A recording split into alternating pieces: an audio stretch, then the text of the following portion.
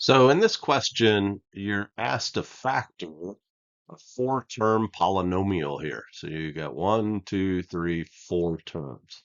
Now, when you factor a four-term polynomial, the method that you want to use is called the grouping method.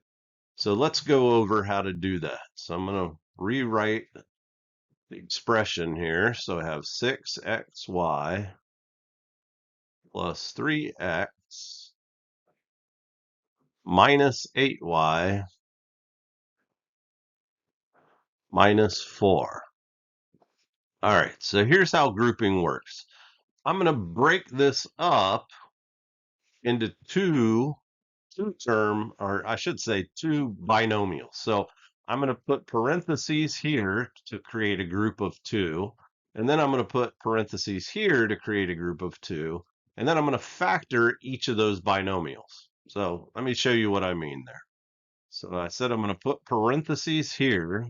So I'm creating two binomials. Binomials have two terms.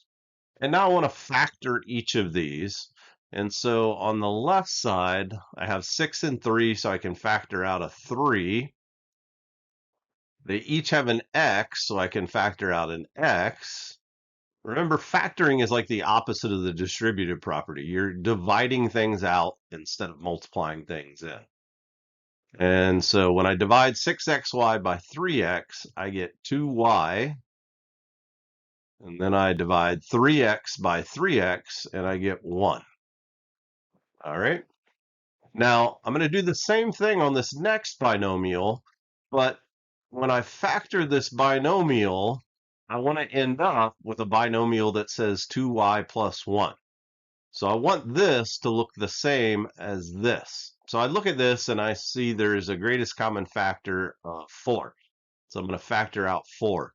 But if I factor out 4, I'll end up with negative 2y minus 1. And I want it to be 2y plus 1. So that tells me I need to factor out a negative 4 here.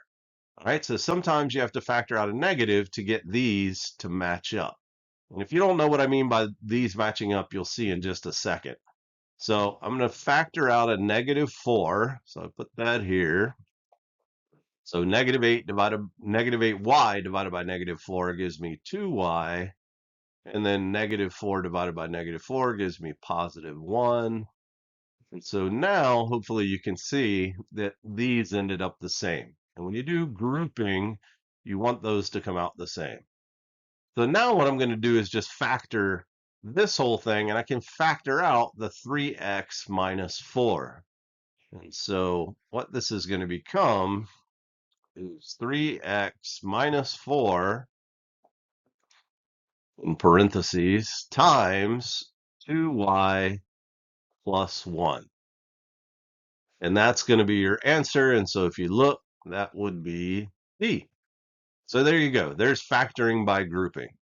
Keep working hard, and you will master the math.